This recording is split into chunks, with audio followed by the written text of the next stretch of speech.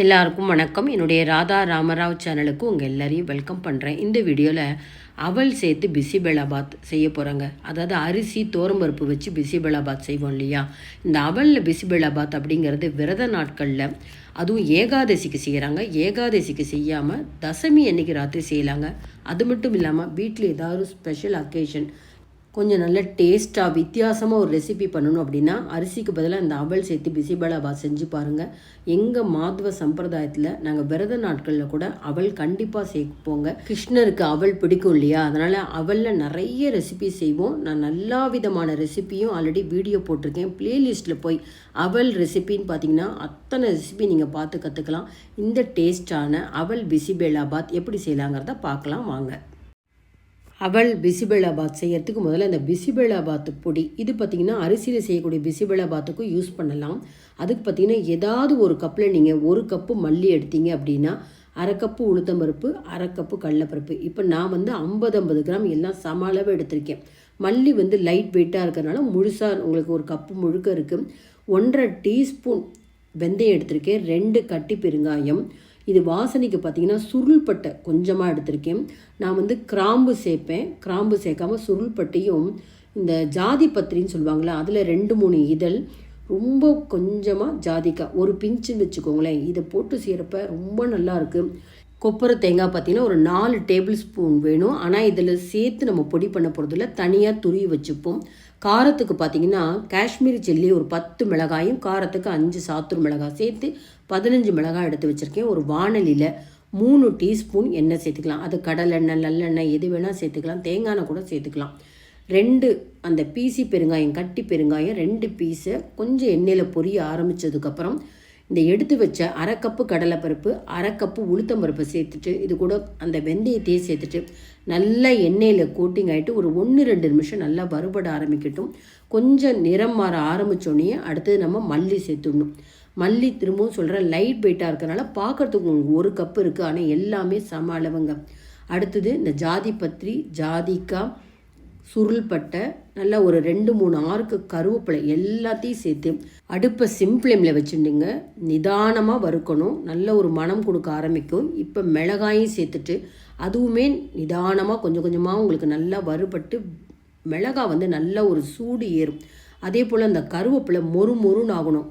சாம்பார் பொடி, ரசப்பொடி இது மாதிரி வறுக்கிறப்ப கருவேப்பிலையை நம்ம அந்த மாதிரி போட்டப்புறம் கருவேப்பிலை மொறுன்னு ஆச்சுனாலே மற்ற பொருட்கள்லாம் நல்லாவே வறுபட்டுருக்குன்னு அர்த்தம். இந்த மாதிரி எல்லாமே நல்லா வறுத்து கலரும் வந்திருக்கு. சூடு ஆறுனதுக்கப்புறம் மிக்சி ஜாரில் போட்டு இது எல்லாத்தையும் நைஸாக பொடி பண்ணிட்டு வரலாம்.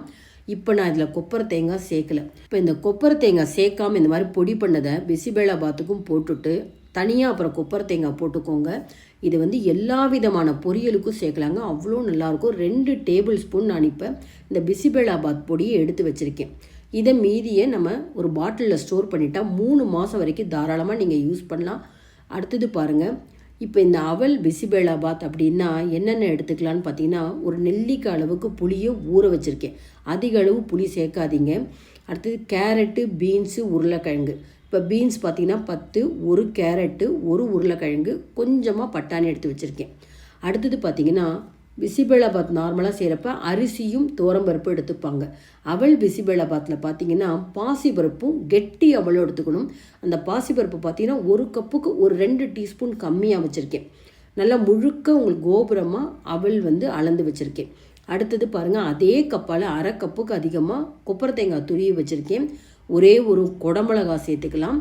பிசிபெலாபாத் பொடியும் 2 டேபிள் ஸ்பூன் எடுத்து வச்சாச்சு. முதல்ல ஒரு பாத்திரத்தில் பாசிப்பருப்பை எடுத்து வச்சு நல்லா 2 முறை தண்ணியில் சுத்தம் பண்ணிவிட்டு ப்ரெஷர் ஃபேனில் டைரெக்டாக நம்ம இதை சேர்த்துட்டு எந்த கப்பில் பாசிப்பருப்பு எடுத்தோமோ அந்த கப்பில் 2 கப்பு தண்ணியோடு இந்த நறுக்கி வச்ச காய்கறிகள், 1/2 டீஸ்பூன் மஞ்சப்பொடி, இந்த புளிக்கரைசல் பார்த்திங்கன்னா அந்த பருப்பு அந்த கப்புலேயே 1 கப்பு வரா மாதிரி தண்ணி விட்டு நல்லா கரைச்சி அந்த புளிக்கரைசலையும் சேர்த்துடணுங்க. சேர்த்துட்டு இதுக்கு 1 டீஸ்பூன் கல்லுப்பு சேர்த்துடலாம். இந்த மாதிரி புளியும், அதாவது புளி கரைசலும் கல்லுப்பும் சேர்த்துட்டு நல்லா 2 டீஸ்பூன் எண்ணெயும் சேர்த்துட்டா அந்த பாசிப்பருப்பு பார்த்திங்கன்னா வெந்திருக்கும், குழையாது. அதே மாதிரி காய்கறியும் ரொம்ப குழஞ்சி வேகாமல் வெந்திருக்குங்க. இது ரொம்ப ரொம்ப முக்கியம். அதனால் பாசிப்பருப்பு வேக வைக்கிறப்ப புளிக்கரைசலையும் உப்பையும் ஞாபகமாக சேர்க்கணும்.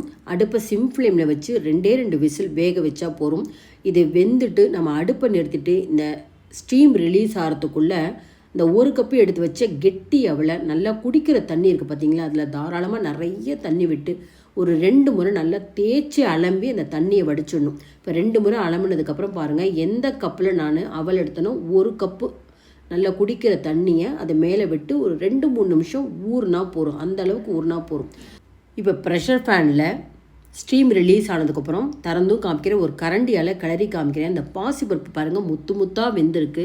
காய்கறிகள்லாம் ரொம்ப குழஞ்சி கரைஞ்சி போகாமல் உப்பும் பிடிச்சிருக்கும், நல்லா பதமாக வெந்திருக்கு. இப்போ திரும்பவும் அடுப்பை பற்ற வச்சுட்டு நம்ம எடுத்து வச்சுருக்கிற அந்த பிசிபெலாபாத் பொடி நான் எடுத்தது 2 டேபிள் ஸ்பூன். நான் போட்டுட்ருக்கிறது ஸ்பூனால் ஒரு 4 டீஸ்பூன் முதல்ல இந்த பிசிபெலாபாத் பொடியை போட்டுட்டு நல்லா மிக்ஸ் பண்ணுறேன். கொஞ்சம் கொஞ்சமாக தாங்க சேர்க்கணும். நம்ம ஒரு மனசில் தோராயமாக ஒரு கணக்கு பண்ணி நம்ம எடுத்து வைக்கிறோம், அப்படியே சேர்க்கணுன்றது கிடையாது. முதல்ல எடுத்து வச்சதை கொஞ்சம் கொஞ்சமாக சேர்க்கணும். 4 டீஸ்பூன் சேர்த்தேன். அடுத்தது மீதி இருக்கிற 2 டீஸ்பூனையும் சேர்த்துட்டேன். ரொம்ப கரெக்டாக இருக்கும். 2 டேபிள் ஸ்பூன் நான் பொடி அளந்தேன் இல்லையா, அது ஸ்பூன் கணக்கில் பார்த்திங்கன்னா 6 டீஸ்பூன் நல்லா மிக்ஸ் பண்ணணும். பருப்பு எந்த கப்பில் அளந்தோமோ அந்த கப்பால் 2 கப்பு திரும்பவும் நம்ம தண்ணி சேர்த்துக்கணும். ஏன்னா அந்த பிசிபெலாபாத் பொடியில் மல்லி, உளுத்தம்பருப்பு, கடலைப்பருப்புலாம் இருக்கிறதுனால நல்லா திக்காகிடும். நல்லா திரும்பவும் நல்லா கொதிக்கணும். அதுக்காக 2 கப்பு தண்ணி சேர்த்துருக்கேன். இப்போ இது கொதி வர ஆரம்பித்தோடனே நம்ம ஊற வச்சுருக்கிற அந்த அவல் தண்ணியோடையே சேர்த்துக்கணுங்க. இவ்வளோ தண்ணி சேர்க்குறீங்களே, இது எப்படி இருக்கும் அப்படின்னு பார்த்தீங்கன்னா, இப்போ சாதம் வேக வச்சா நம்ம தண்ணி சேர்க்குறோமா இல்லையா, அது மாதிரி தாங்க இந்த அவலுக்கும் கணக்கு. டைரெக்டாக நம்ம அவலில் ஒரு 3-4 கப்பு போடாமல் இந்த மாதிரி பொடி சேர்க்குறப்ப தண்ணி சேர்க்குறோம். புளிக்கரைசலில் 1 கப்பு எடுத்துருக்கோம். அதே போல் காய் சேர்க்குறப்ப 2 கப்பு. இது நீங்கள் இதெல்லாம் கணக்கு பண்ணிகிட்டே வரணும். இவ்வளோ தண்ணி சேர்க்குறீங்களே, அப்படியே கஞ்சி மாதிரி ஆகிடாதானா சூடு ஆனப்புறம் அவ்வளோ நல்லா இருக்குங்க. இது கொதிக்க ஆரம்பித்தப்புறம் வேறொரு வாணலியில் பாருங்கள், நல்லா ஒரு 3 டீஸ்பூன் கடலெண்ணெய், 2 டீஸ்பூன் நெய் சேர்த்துட்டு 1 டீஸ்பூன் கடுகு, திரும்பவும் ஒரு 1/2 டீஸ்பூன் பெருங்காயத்தூள் சேர்க்குறேன். 2 வரமிளகா, ஒரு 6 கருவேப்பிலை சேர்க்குறேன். நறுக்கி வச்சு அந்த குடமிளகா இதை சேர்த்துட்டு அடுப்பு ஒரு மீடியம் ஃப்ளேமில் வச்சு குடமிளகா நல்லா வேகணுங்க. நல்லா வெந்ததுக்கப்புறம் நம்ம அதில் போட்டால் தான் ரொம்ப நல்லாயிருக்கும், க்ரன்ச்சியாக இருக்கும். இப்போ ஒரு 50% மிளகா வதங்க ஆரம்பித்ததுக்கப்புறம் நம்ம அடுப்பை நிறுத்துறதுக்கு முன்னாடி இந்த கொப்பரை தேங்காயும் போட்டுட்டு இந்த மாதிரி வதக்கிட்டோம்னா மனம் அவ்வளோ நல்லாயிருக்கும். ரொம்ப நம்ம நிறம் மாறுற வரைக்கும் வறுக்க வேண்டாம். இது எல்லாத்தையும் திரும்பவும் அந்த அவல் பிசிபெலாபாத்தில் சேர்த்தாச்சு. வாணலியில் அங்கங்கே தேங்காய்லாம் ஒட்டின்னு இருக்கு இல்லையா, திரும்பவும் 1 கப்பு தண்ணி சேர்க்குறேன். இந்த வாணலியில் சேர்த்த தண்ணி நல்லா கொதிக்க ஆரம்பித்ததுக்கப்புறம் அடுப்பை சிம் ஃப்ளேமில் வச்சுட்டு திரும்பவும் ப்ரெஷர் பண்ண அந்த அடுப்பு மேலே வச்சுட்டு அந்த கொதித்த தண்ணியை சேர்க்கணும். இப்போ நம்ம காயோடு சேர்த்து 2 கப்பு தண்ணி சேர்த்தோம். புளிக்கரைசல் 1 கப்பு சேர்த்தோம். பிசிபெலாபாத் பொடி சேர்க்குறப்ப 2 கப்பு தண்ணி சேர்த்தோம். அவல் ஊற வைக்க 1 கப்பு தண்ணி சேர்த்தோம். கடைசியாக இப்போ இந்த வாணலியில் 1 கப்பு. இதெல்லாம் நீங்கள் கணக்கு பண்ணிவிட்டு பிசிபெலாபாத் செய்யுங்க. நல்லா மிக்ஸ் பண்ணி 2 நிமிஷத்தில் நம்ம அடுப்பை நிறுத்திட்டு நிறைய கொத்தமல்லி தூவலாம். நிறைய பேர் இதை ஏகாதசி பலகாரத்துக்கு செய்கிறாங்க. ஏகாதசி அப்படிங்கிறது முழுக்க உபவாசம் இருக்கணும். நிர்ஜல ஏகாதசின்னு சொல்லுவாங்க. தண்ணீர் மட்டும் அருந்தலாம், பழங்கள் மட்டும் சாப்பிட்லாம், இல்லைன்னா கஞ்சி குடிக்கலாம்.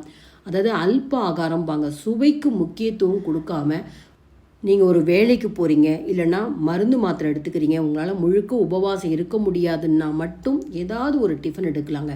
இதை பார்த்திங்கன்னா தசமிக்கு தாராளமாக ராத்திரி பலகாரத்துக்கு செய்து சாப்பிட்லாம். அதனால் இனிமேல் ஏகாதசிக்கு செய்யாதீங்க. தசமி அன்னைக்கு இந்த மாதிரி அவல் பிசிபெலாபாத்து ராத்திரி செஞ்சு சாப்பிட்லாங்க. எல்லாருக்கும் இந்த வீடியோ ஷேர் பண்ணுங்கள். நம்ம சாதத்தில், அதாவது அரிசியில் செய்யக்கூடிய பிசிபெலாபாத்தை விட இது ரொம்பவே நல்லாயிருக்கும், நல்ல டேஸ்ட்டாக இருக்கும். சூடு ஆறினப்புறமும் அப்படியே களி மாதிரி ஆகாதுங்க, கேக் மாதிரி வெட்டி எடுக்க வேண்டாம். கடைசியாக நெய் விட்டு சாப்பிட்டு பாருங்கள். இந்த வீடியோ உங்களுக்கு ரொம்பவே யூஸ்ஃபுல்லாக இருந்து நினச்சிங்கன்னா லைக்ஸ் கொடுங்க, கமெண்ட் பாக்ஸில் உங்கள் கமெண்ட்ஸ் போடுங்க. உங்கள் ஃப்ரெண்ட்ஸ் அண்ட் ரிலேட்டிவ்ஸ்க்கு வீடியோவை ஷேர் பண்ணுங்கள். சப்ஸ்கிரைப் பண்ணாத வீவர்ஸ் என்னோடய சேனலுக்கு சப்ஸ்கிரைப் பண்ணி எனக்கு எப்போதுமே சப்போர்ட் பண்ணிகிட்டே இருங்க. Thank you viewers.